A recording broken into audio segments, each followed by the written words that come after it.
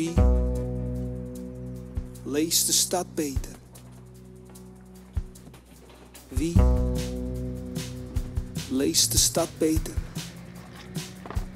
Daar hoeft maar een zak open te scheuren en de verhalen dwarrelen de straten. Nou, weet je, de vakantie hield, had het kalm is, nou ja, een week later dan merk je dat al.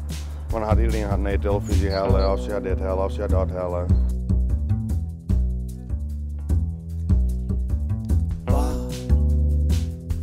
Soms een complete huisraad of zo. Dat hoeft maar een sec iepen te scoren en de verhalen roegel je de dik op. Ja, er zitten dan vaak kinderdingen bij, zoals speelgoed en dat soort dingen. Dus dat is wel vreemd, zeg maar. Dat huis was ook gesloten omdat het een drugspand was. Lees de stad beter. Dus ja, daar hebben we volgens mij wel voor 1500 kilo aan afval weggehaald.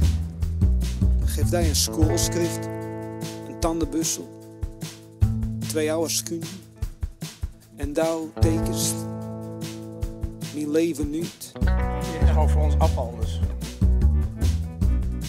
Oh, zet wat ik futsmiert, niet veel meer als wat ik bang bewaar.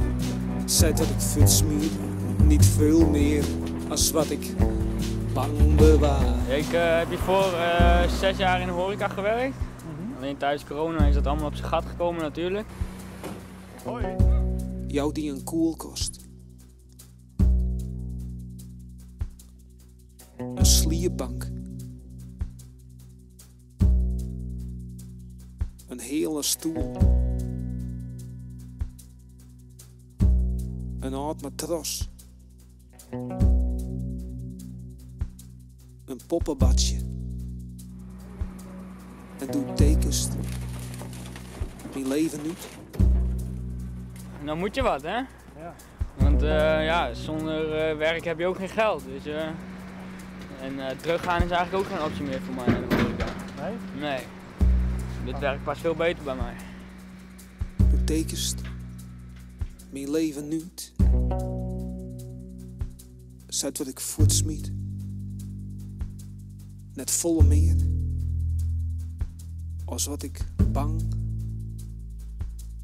bewaar je. Zet wat ik voortsmiet. Net volle meer. Als wat ik bang bewaar je. Als het praten zust. Stuk stil worden. Als het praten zust. In de horeca zit je altijd binnen, tussen een paar muren, dus ja, dan is dit wel echt een heel vrij beroep. Als het praten zoest.